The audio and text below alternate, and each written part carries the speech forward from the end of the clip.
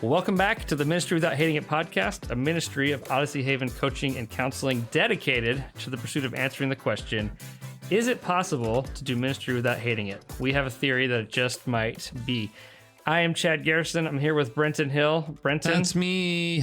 What's up, my friend? How you doing? I'm good. Yeah?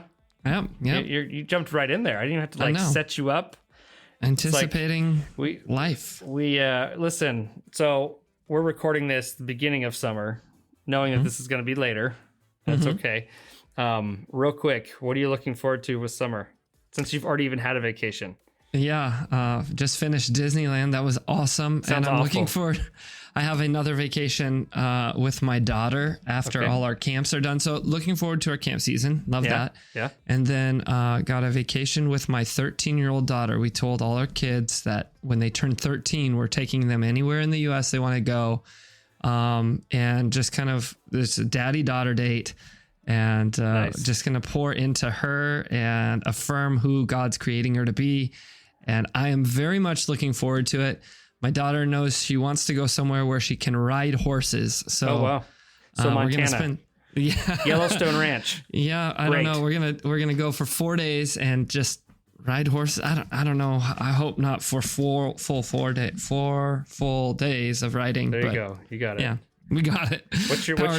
What's your horse riding skill level? Scale 1 to 10. Go. Probably a 4. 4. I've done it before. I can put a saddle on a horse. I can probably get out into the wilderness, and that's where I lose the horse and die. Oh, yeah. So there may be some more her affirming you, is what it sounds like. Maybe involved with some of that. She watches a lot of those horse shows on TV. She probably knows way more than I do. Well, that sounds great. That's great. Horses. I mean, listen, my daughters, we have a horse ranch that out here that they volunteer and are part of and stuff, and they love to do that. And Perfect. I like to sit in the corner and avoid the large beast that could buck me in the face. So yeah. I'm good. I'm good. Yeah. This is a great segue, not horses, but relationships. Yeah. Because we just had a conversation with a guy who's all about it. And we're not even just talking about relationships when we talk about marriages, but also the family relationships, relationships within friendships and even those within the church as well. And that is our good friend, Pastor Robby Booth. What a great interview. Would you agree? Yeah, it was fantastic. And I sat and listened to everything he was teaching me. And I'm just nodding my head the whole time. Yes. Yeah. He draws upon a wealth of knowledge and wisdom and experience of walking with ministry leaders specifically, and helping move towards healing and restoration in a lot of ways within relationships, but also really those things that we can keep in mind as we move forward, even if relationships aren't necessarily something that we're in trouble with, things that we can keep in mind as we're moving forward. And so really excited for everyone to hear this. Brenton, I've told you that when we first started this podcast, that Robby Booth if he wasn't at the top, he was near the top of people that we wanted to have on this podcast. Do you remember that? Yeah, I do remember that. Yeah. I told you it was William Shatner and then Robby Booth. And so William Star Shatner, Trek. which is a ministry. It's a ministry we're super excited to have Robby on here. Like I said, have wanted to have him on for a long time, and scheduling, we've been able to finally get this going. And so all that to say, we've riffed enough, I think. Probably one of our best in my opinion, but that's fine. We're growing in that as well.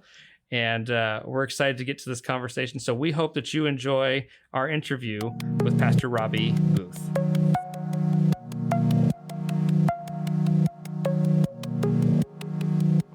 Well, it is our great pleasure and your privilege to be hearing this, listener, to welcome Pastor Robby Booth to the Ministry Without Hating podcast.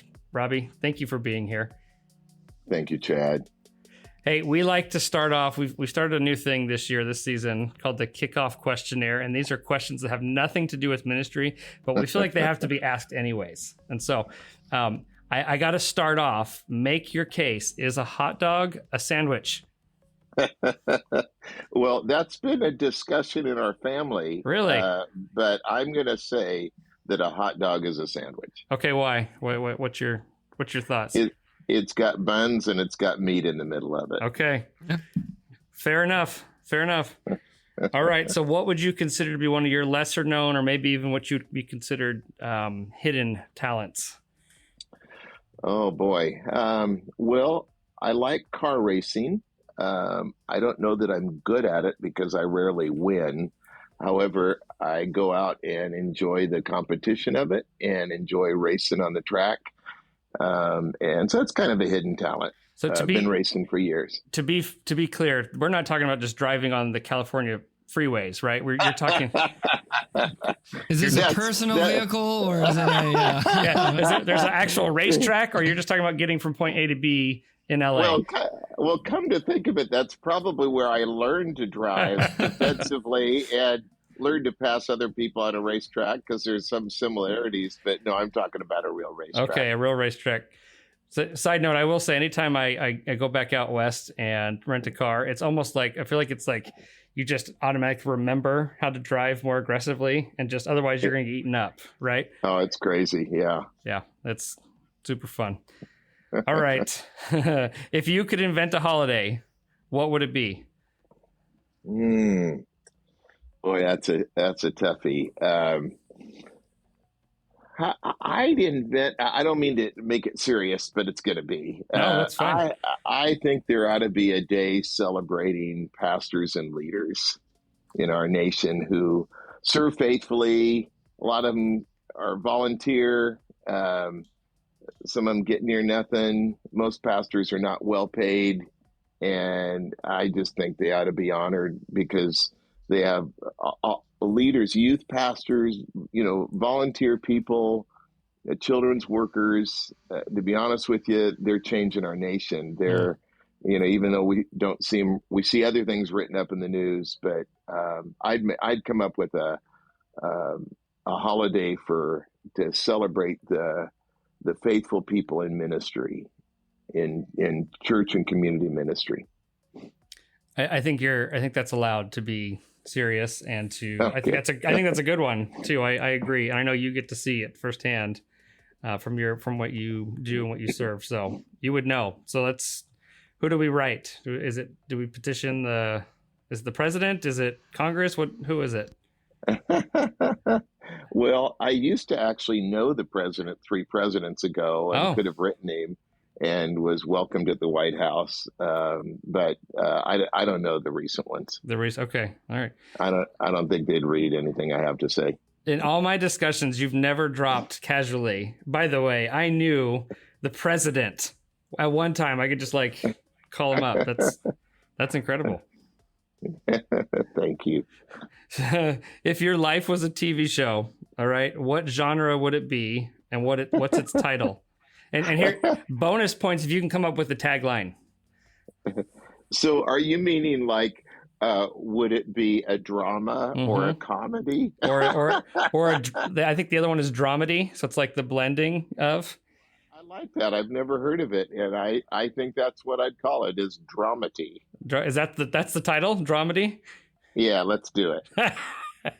All right. Do you got a tagline for the dramedy? No, sorry. So funny it hurts, or yeah. Hurts so That's bad, a good one. all you can do is laugh, right? Well, and there's truth to both of those. Okay. All right. Yeah. I dabble, so I'm just constantly ready. What are you reading or listening to right now? Yeah. There's just a lot of good books out. Some of them I just think a lot of people ought to read, but I like the book Immunity to Change. It's something that I'm going through slowly right now. Yeah. I'm reading other books, but a lot of them are to study on something that I'm working on. But Immunity Change would be something that I think is a great book for people to look at. Yeah, I agree. I've had to slowly read through that one myself, but especially when you're working with people, and even in a coaching setting, and as you are even with helping people walk through things, it's a fantastic resource. It is. And there's a lot of people that have a want to change, but they don't have an ability to change. Now, they can gain that ability. But a lot of people will think, boy, why can't I just change? I want to. I think there's a story in that book, if you don't mind me sharing it, No, go ahead. by a thoracic surgeon. And it's a recall. It's not a made up story. And the thoracic surgeon, as he was being interviewed, was stating that for every 8 people that sit down with him in his office, that he has to tell them, if you don't change, you're going to die soon. All 8 will tell them they will change, but statistically, only 1 in 8 change. And so one of the things that I have the joy of doing is working with people we call them intensives. It's a 2-day time, 12 hours a day, usually more like 13 or 13 and a half hours a day. But they fly in, I see them for those 2 days. It's a confidential, very safe environment. But we deal with the stuff behind what they typically see in their life, so that they gain the freedom to change, to become the people that God designed them to be. Go ahead, and you already begun to talk a little bit about, describe your current ministry setting right now, specifically with what you're talking about with the intensives and things like that. Yeah. And by the way, Chad, you might know that I'm pastoring on weekends right now. And of course, that's what I heard. It's a side hustle. Yeah. I take a little time during the week with staff meetings and council meetings and answering people's questions, mainly via text and periodic calls. But my main calling during the week is to work with pastors and leaders that are involved in what we would think of as church ministry, whether they're paid or volunteer. And for a lot of them, they're just wanting kind of a life tune-up, as it would be. Maybe they're even aware of things that are going on in their life that need to change but haven't. Maybe it's some relationship stuff. By the way, all relationship problems are individual problems that people need healing from. But, it just sort of comes out in relationships. But anyway, I work them through a very strategic, very safe process that takes that 24 to 26 hours. And they walk out of here as if they had been renewed at youth camp when they were a kid, that kind of thing. They walk out with the weights lifted and a new sense of fresh calling of the Lord, and their heart feeling soft again, rather than the hardness that kind of can sometimes be developed just from living life and putting up with stuff that we don't even realize we put up with. Let me then circle back a little bit, because you talked about, so that's your ministry is to leaders, right? But then you've also got this side gig of pastoring a congregation right now, which usually you see that kind of swapped. So that's really kind of an interesting dynamic. But tell me then, how do you define the word ministry? Yeah, by the way, great word. And of course, I've heard it used governmentally, which is referring to something else. But in the church life, the church circles that we most of us live in, ministry, it's interesting. It comes from a Greek word in the New Testament that actually means to serve. And if you drill down a little bit, it even means to serve as a slave. Where we have a Lord and we are serving him. But I will say this, it's used a little bit subculturally in the church as well, in a very dangerous way. In fact, where we'll call what a pastor does ministry, but we don't, or he's the minister, where we're not calling the person who's going out and being salt and light every day that we're called to be, we're not calling them the minister. So biblically, we're all ministers.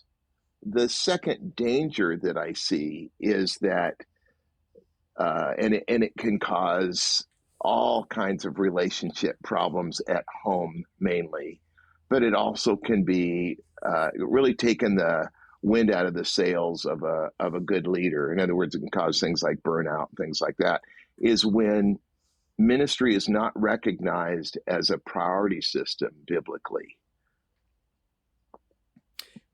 Pull that out just a little bit. What do you mean when you say that? So an example, and I'm not gonna talk about the subcultures much more on it, but there are some strong subcultures that I see throughout the United States and beyond, to be honest with you, where if a person is referring to ministry, they're giving high priority to their ministry, but they're seeing ministry as that which belongs to something that we're supposed to be giving to other people, but specifically they're talking about people in the church.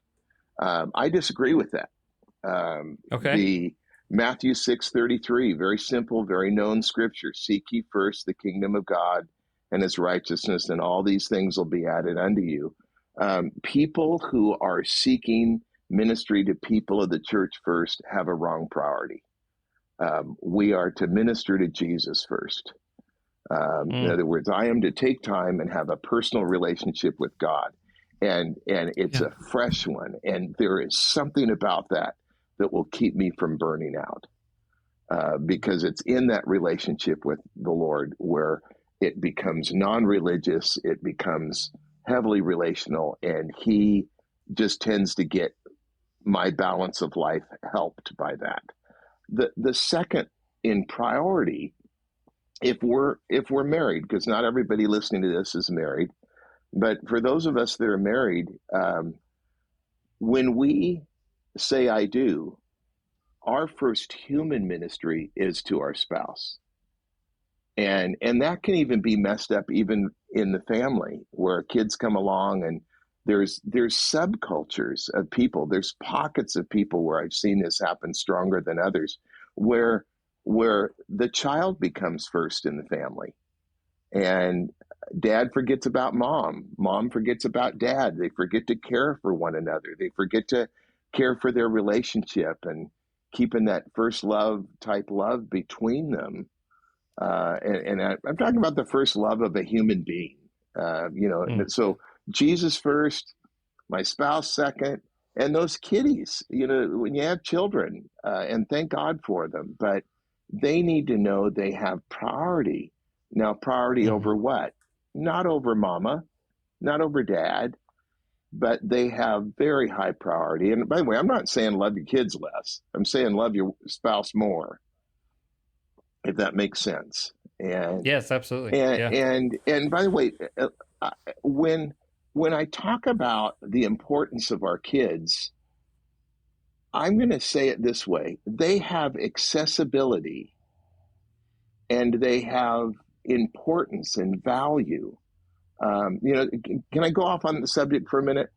Yeah, absolutely. So my grandson's over visiting a short time ago, and 8 years old at the time, and he decides to call me Robby. Now, by the way, he normally calls me Papa.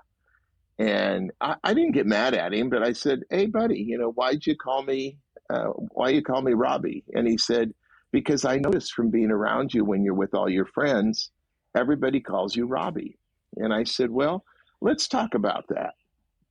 I said, "I noticed when you're at our house, first of all, it's like being in Adventureland for him. He loves going through the closets and going through drawers and stuff and seeing the stuff that we have from, he thinks that are all antiques, and electronic stuff that he's never seen before. He'd never seen a pager and things like that, Wait, you still have a pager? Well, it was stuck in a drawer somewhere, Oh, okay. And he found it That makes and sense. just loved it, seeing all this old stuff.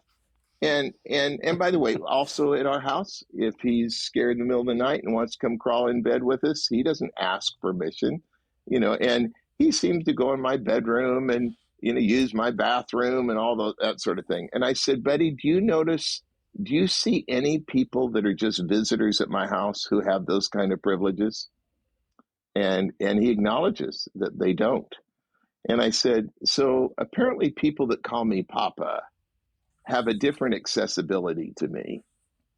Well, I want my kids to know they have a different accessibility to their parents. Yeah. And Yeah. so it's part of ministry, that those kids know, man, you are super important. That doesn't mean, we, the kid has, I don't know, a need for another piece of gum, and they can interrupt me for 2 hours, doing that. I'm not talking about a weird mispriority on the other end where it's not respectful of other people's time, but where there is a clear priority system, a value level, Jesus first, spouse, kids, and then the church, and then a lost and dying world. Because we're called, when we're family people, when we are married, when we have children, we are called to all of those levels of ministry, and they are ministry. There's a point where we serve in all those capacities, and I got to tell you, it keeps some relationships alive. In fact, some people, in fact, let me just say this to you, the listener, as well as Chad Brenton, and that is, if your marriage has gotten a little bit stagnant, you'd be surprised when a couple will take undivided time with one another, even 10 minutes a day, to hear one another's concerns, one another's celebrations of the day. I'm surprised how it brings a relationship alive. No trying to reduce the distractions, trying to have a little eye contact that actually says, I like looking at you, because you're important to me, putting away the electronics, which can really destroy a relationship when there's so much demand on time. But anyway, yeah, so that's ministry. That was my answer to ministry. No, that's really good. And you took us in a lot of different places. And I want to draw back to something that you said, actually, even before we got to that. And I think it weaves within that. But you said that, all relationship problems are really just individual problems. Yeah. And so I'm curious, as you began practicing in this ministry and it really became your ministry, what were some of the themes or other things that began to stand out to you regarding ministry leaders individually that begin to bleed into, these relationship issues that we see? Yeah, well, I want to bring up the theme that you have, which is, kind of how to minister without hating it. Yeah.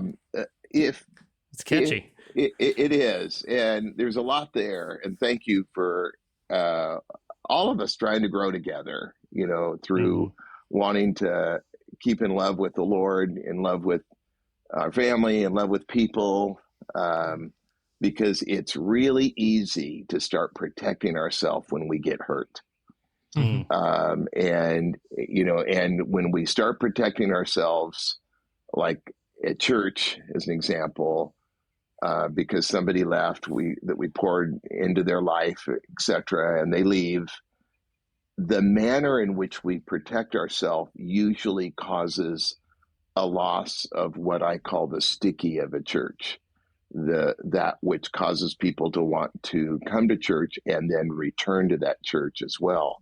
If I am protecting myself by being a little bit distant, and by the way, I have really noble ways of hiding that. You won't even know I'm being distant because I'm busy. I got to go grab my kids, or, I need to use the bathroom, or, I need to go set up this room for such and such that needs to use it. And I'm no longer I'm no longer allowing myself to be vulnerable in relationships with people. It's where the sticky begins to get lost. I was just thinking, though, so kind of back to the question you asked, that I was tying with ministry without hating it, being involved in ministry without hating it, is just a sense that I have hundreds of belief systems that are going on inside me. I can put them in three categories, but I'm going to then center on one of them. I have beliefs that are biblical. And Chad and Brenton, it's so fun that I can say this. I know Jesus loves me, and certainly that's a biblical belief. but I know my name's written in the Lamb's Book of Life. I know he's coming again for me. I know he's gone to prepare a place for me, and I know eternity is real. And so and for me, because I came out of a wretched family background, I there's other things I really love that I believe in the Word. Like Jeremiah 1, he wove me in my mother's womb. And in fact, I kind of suspect that one of the reasons I gave my heart to the Lord the first time I heard the gospel is when he was weaving me in my mother's womb, I heard his voice. And then about 19 years later, when he knocked at my door through somebody sharing Jesus with me, I remembered his voice and I gave my life to him. And so those are just biblical beliefs that, a lot of us share. Each one of you as a listener have biblical beliefs that you have. Well, we also, remember there's 3 categories I want to share. Right. We also have anti-biblical beliefs, and every one of us have them. In fact, I think we work for most of our life trying to undo those anti-biblical beliefs, but, just an example, something's wrong with me, or people don't love me, or people don't listen to me. There's people that they might be pretty or handsome or whatever you want to call them, but they think they're ugly, that kind of thing. They think they're going to be rejected every time they reach out and love somebody. Well, by the way, imagine carrying those anti-biblical beliefs into everything we do.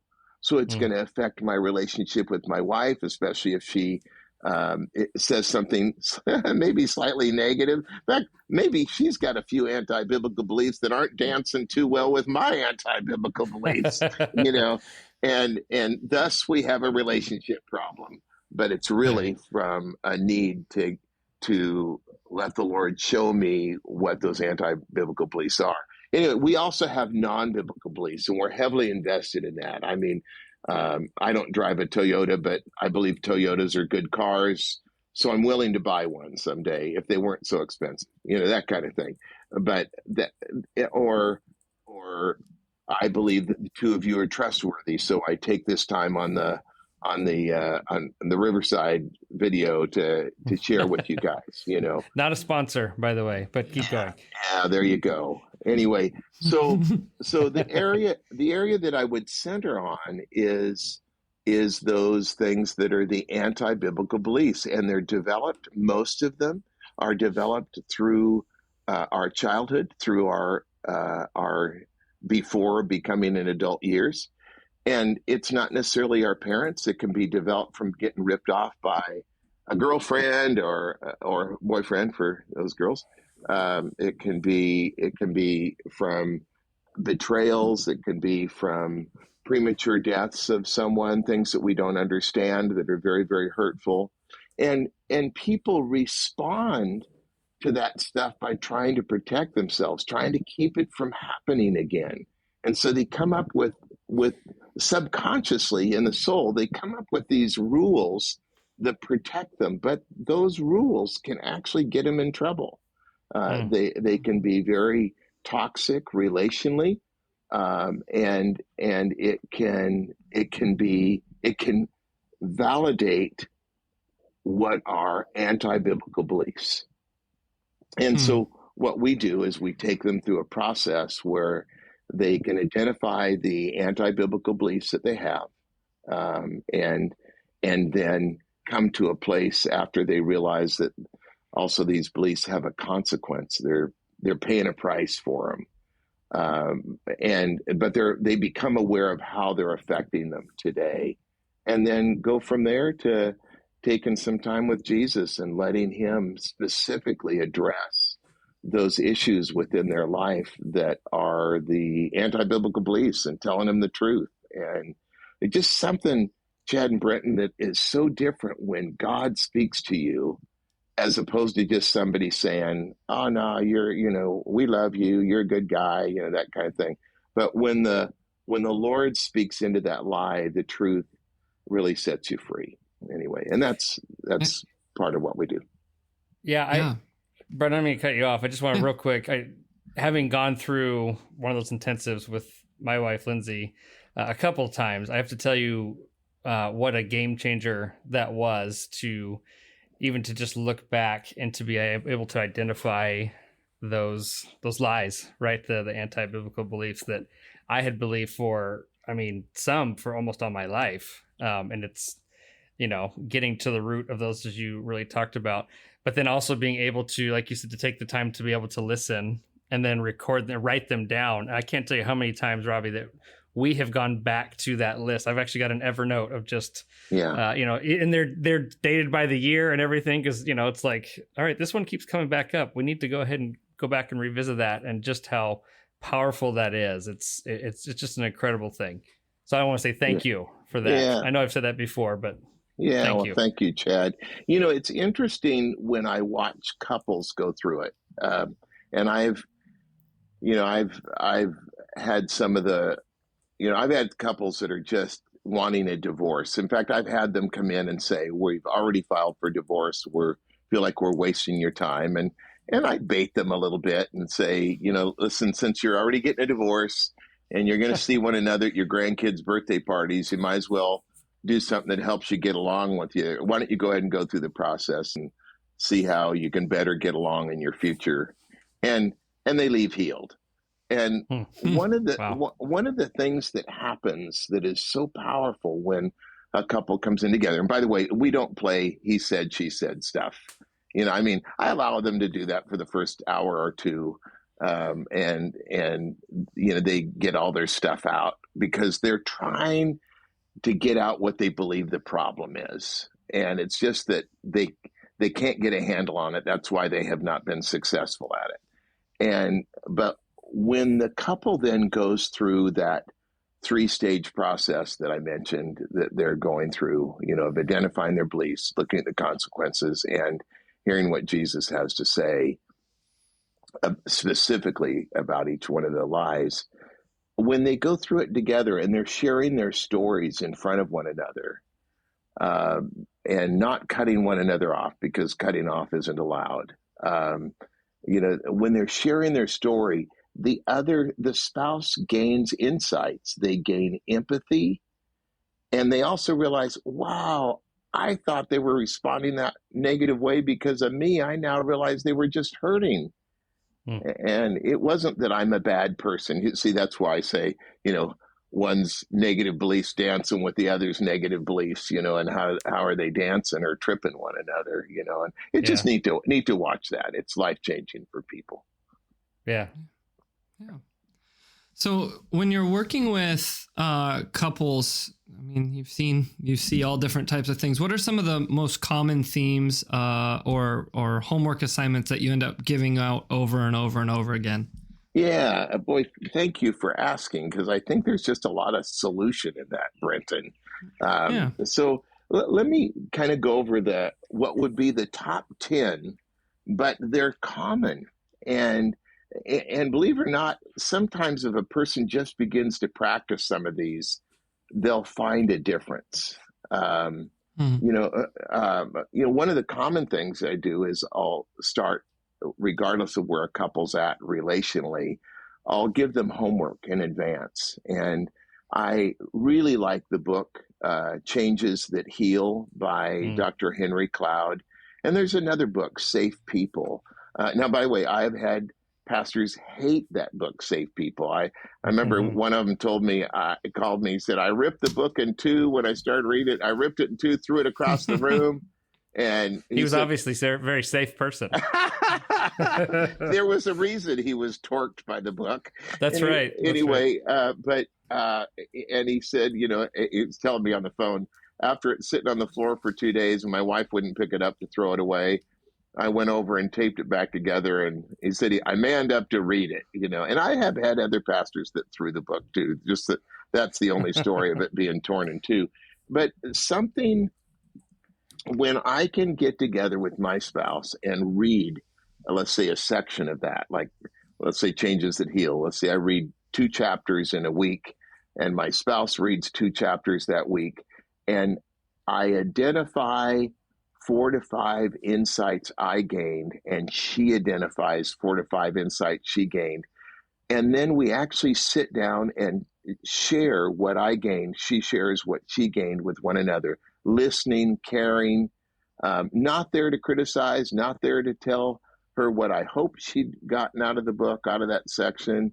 We're not there to tear the book apart. It's not a book critic session. It's there for me to share what insights I was gaining, what insights she gained. And I'm surprised on how much people get. Maybe it's because they're finally sitting down, having meaningful conversation together over something that isn't necessarily a problem. It's something that they're learning. And so I'm amazed by how much that helps them before they even get in. Let me talk to you about some others, if you don't mind. Sure. When I am amazed in the busyness of life, and by the way, I'm busy too. All three of us are, and most of the people on this call, they're listening to this. You're busy people, but kind of coming back to some basics of, like a Romans 12:15, which is weep with those who weep, rejoice with those who rejoice. So can I take 2 or 3 times a week and where I would sit down with my spouse and I would share, I think the weep with those who weep, that's the question I give that is, what can I be praying for you throughout the week? And the rejoice with those who rejoices, tell me something I can celebrate that's going on in your life. And my wife, she likes raising money for the orphanages in Cambodia. And so she often is buying and selling from auctions and things like that. Does she goes to garage sales or the thrift stores and finds something that she knows is worth 20 times what they're selling it for, and she goes and makes money. And she loves to tell me these stories, and I love her, so I love listening. So that Romans 12:15 causes me to not be a mind reader when it comes to what her needs are, and she also mine. So we're able to share what one another needs to be prayed for, and also what we're celebrating. And that's so basic, but so important. And who knows, maybe the real reason it's beneficial is we just stopped the rest of our world so we could get into one another's world. But anyway, it's good. Another thing, touching one another in a positive manner. And I don't mean accidentally brushing against one another, going down the hallway, passing or something, but remembering to touch your spouse, getting in their world, affirming them verbally, because life can get so busy. Sometimes we forget to appreciate, or we think appreciation, but we're not saying it, or we'll say it to someone else about our spouse, but we're not saying it to our spouse. And so to actually, I say 2 affirmations a day, but Bonita and I have been married for 45 years and we love one another. And that love has been a decision. We made covenant together 45 years ago, and we decided that is how we're going to be. We are going to love one another. And so went through a few ebbs and tides, but we like sharing our life with one another. We're very different in personality. She's, I'm not a talker all the time. I was actually the number 8 out of 10 kids. And, and Bonita's not necessarily a talker, but we enjoy talking with one another. And there's something else we do that facilitates that a little bit, which is also common in Brenton, in a list that I'll give people of things to do. And that is Google great questions for couples to get to know one another better, and pick a couple.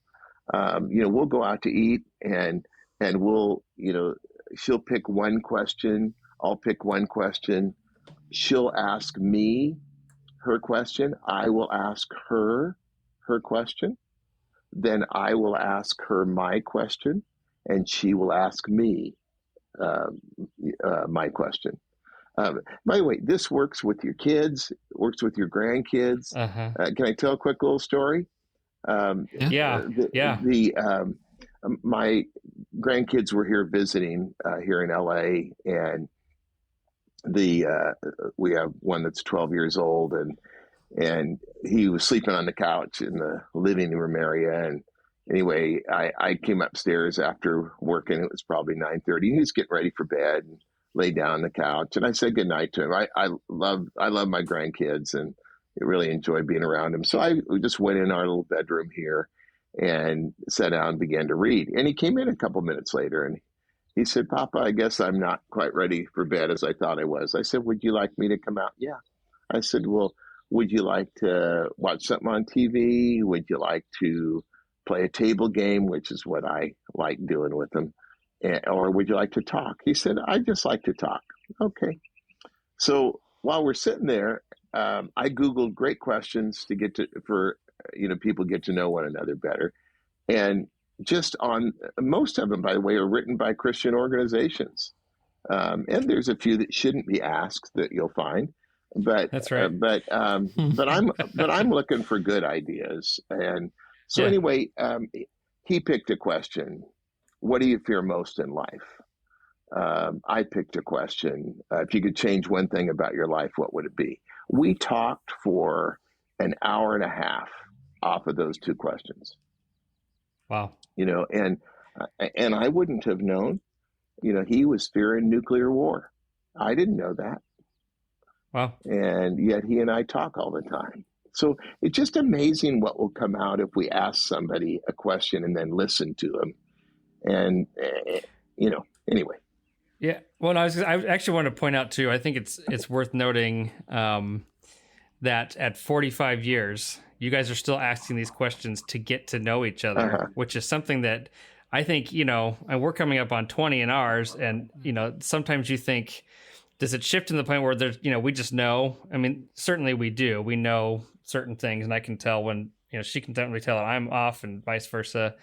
But like those questions, especially on road trips, because I think you actually pointed out some apps for us to do, which consequently, this is how I get some of the kickoff questionnaire questions are from the Gottman card deck thing.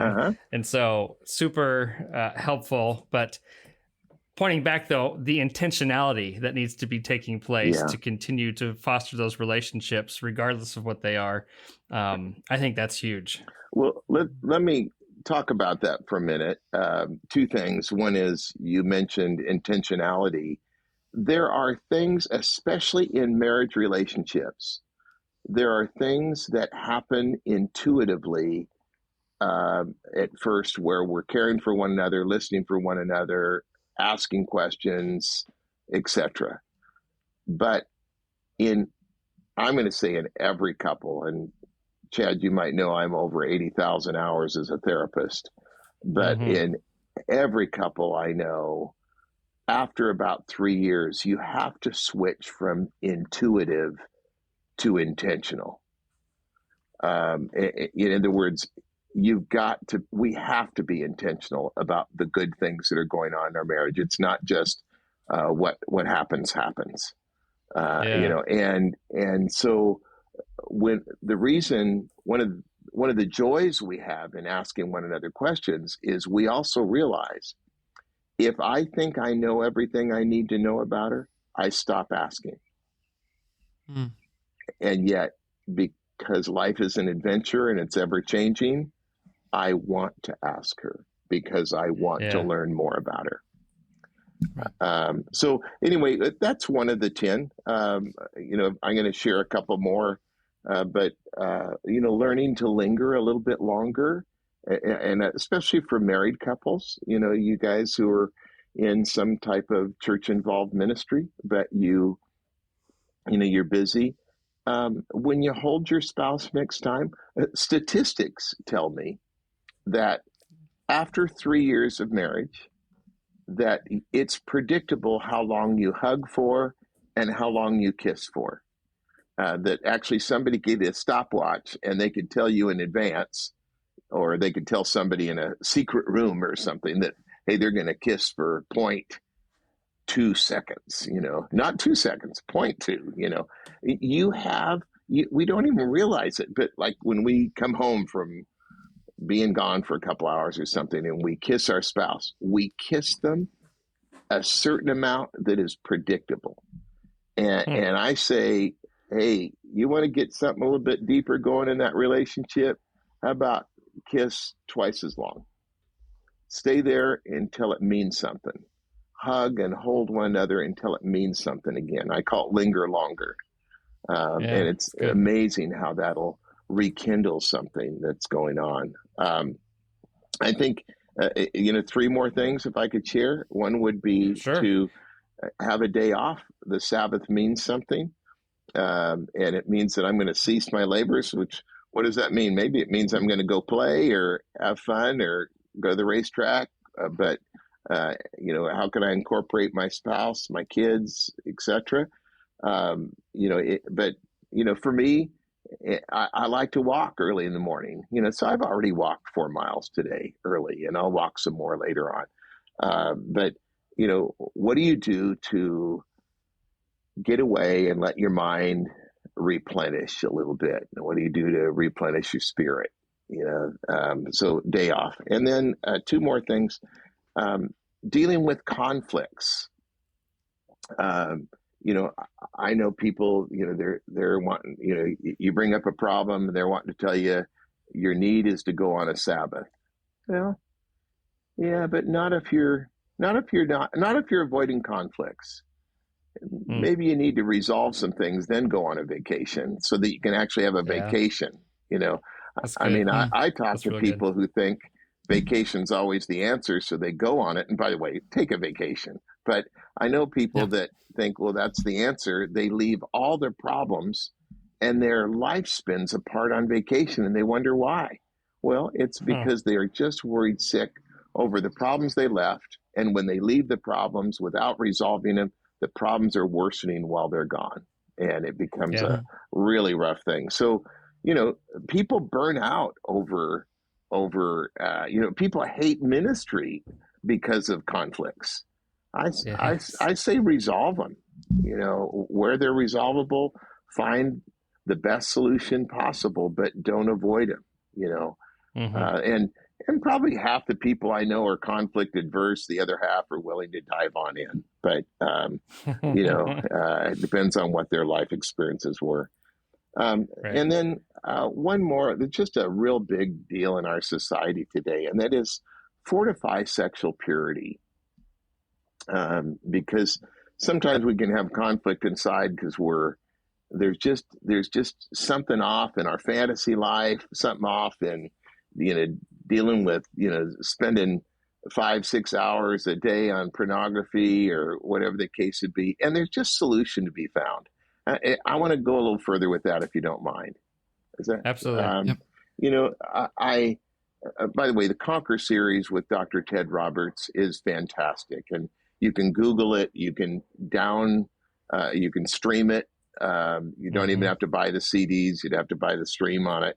But it's meant for a guy to go through with another guy or a couple other guys. And I don't know a Christian man around that doesn't want to walk in sexual purity. And I think I'm serious. Once people figure out they can trust me, I could probably do 2 sexual purity groups a day, every day of the week, and still need more time to have more people in the groups, because the men that I know want to walk in purity, but sometimes it's a challenge. Dr. Ted Roberts and Dr. Doug Weiss has written a lot of good books. They're worth Googling and seeing if there's one that's helpful for your marriage, that kind of thing. And especially when he deals with relationship anorexia. I like that one. But anyway, also Dr. Josh McDowell, all will say that for a Christian man, if he's wrestling with like sexual addiction to pornography, etc., it's almost never a sexual issue, because that Christian man doesn't want to live that way. It's almost always a hurt and a way of dealing with hurt and a way of medicating that's causing him to not be able to break free. And so the need to deal with that stuff. But also, by the way, I think Covenant Eyes is awesome. I think it should be put on all of our electronic devices. I use the same, never even notice that it's there. It's that easy to work with nowadays. Yeah. Anyway, all right. No, that's good. Well, and I'm gonna get the top 10 list from you. Okay. So we can also make that available for those that maybe started scribbling notes kind of late. But I really appreciate that.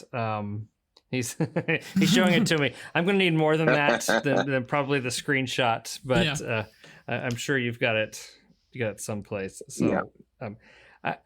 I've always been curious about something, Robby, if you don't mind, because you do these intensives, you work with people walking through their hurts, and the question I want to ask, I think it's actually applicable even to ministry leaders, especially as we're maybe not necessarily in the counseling and therapy setting, but also as you're walking and pastoring people and working with them, and somewhat, I don't even like to use the word pastoral counseling because I think that's a misnomer, because counseling is a whole different level that most pastors aren't even equipped to do. But when you walk with leaders or you walk with people through some of the hardest things that people really can walk through, and it's on a really deep level that most people don't even want to actually venture to with people, how are you able to keep yourself disconnected at the end of the day in a way that it doesn't actually affect or mess you up as well? Yeah. Or is that even possible? Well, by the way, there are people go through very painful things. And I will say that periodically I run across someone whose trauma is so real and so deep, it does cause a little bit of shaking in my own soul.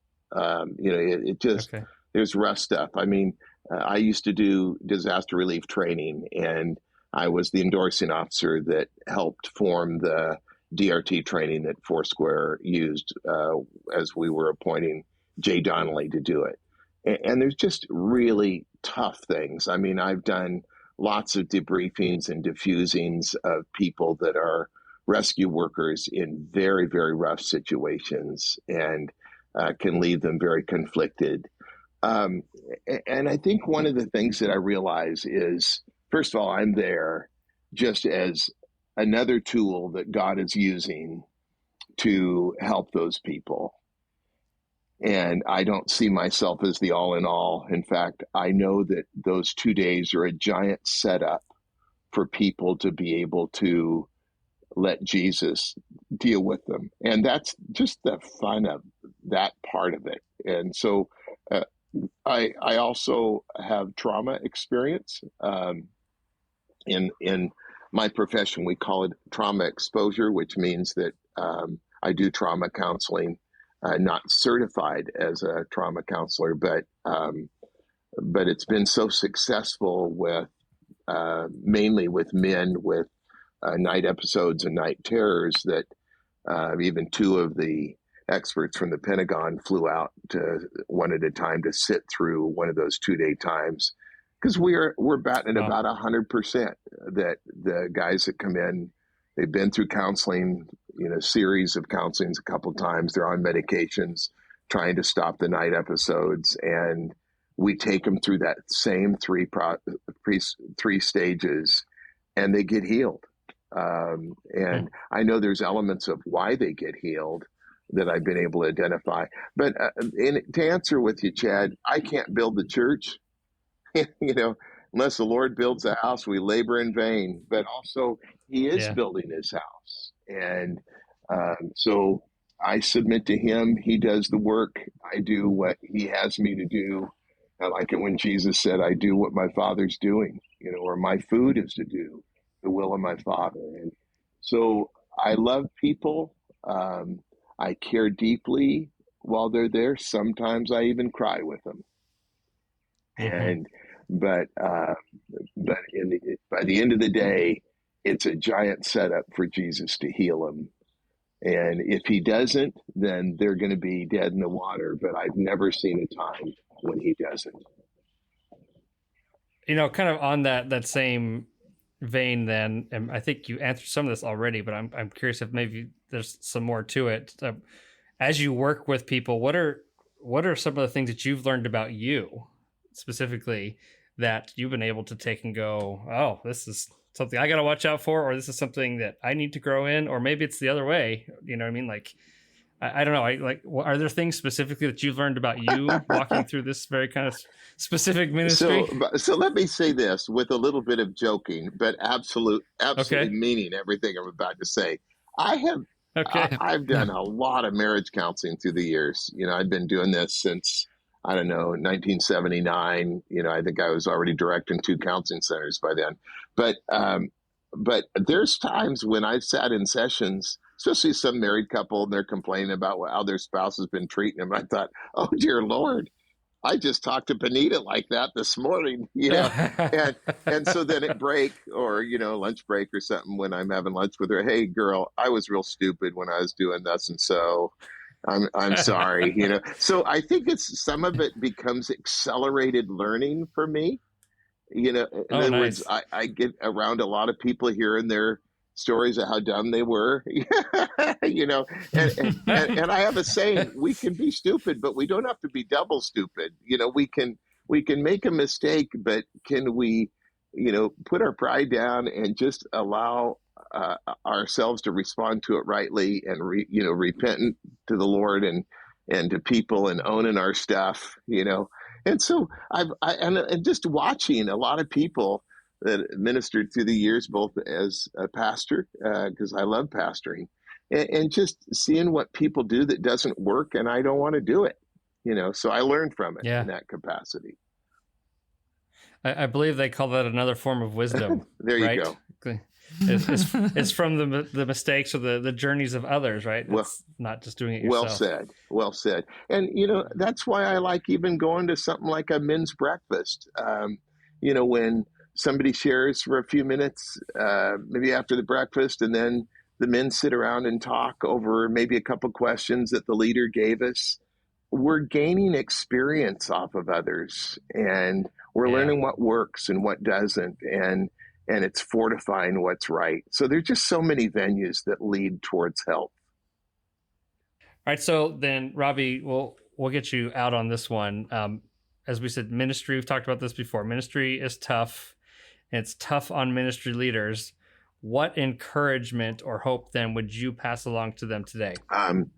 Don't do life alone. Make sure you're staying in a fresh relationship with the Lord. Find a friend that has similar values that you have.